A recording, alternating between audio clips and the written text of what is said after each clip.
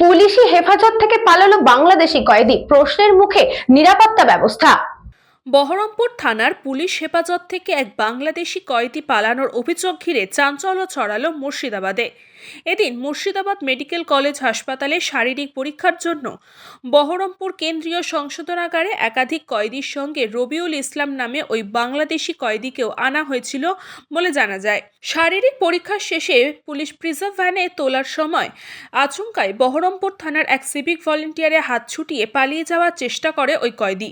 ঘটনার প্রত্যক্ষদর্শী Murshidabad medical college হাসপাতালে ভর্তি থাকা এক রোগীর আত্মীয় নাসির উদ্দিন শেখ জানান, ওখানে বসে ভাত খাচ্ছিলাম, দেবে ওই ছেলেটা দৌড়ে পালাচ্ছে আর সিভিকটা বলছে ধর ধর, কেউ ধরছে না, দৌড়ে এদিক দিয়ে এই গেট দিয়ে পালিয়ে গেছে। এই তো এই সামনে গেট নাই, ওই গেটটা সিভিক একটা পেছন পেছন দৌড়ছিল, তার পেছনে ড্রেস পরেছিল, ও তার পেছে দৌড়ছিল, এটা দেখিনি আমি, দৌড়ে পালাচ্ছিল তাই দেখলাম।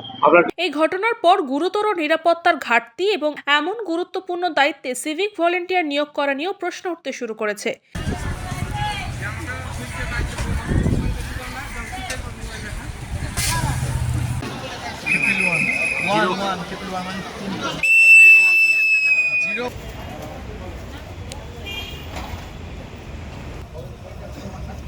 Bureau Report, News Pongo Time.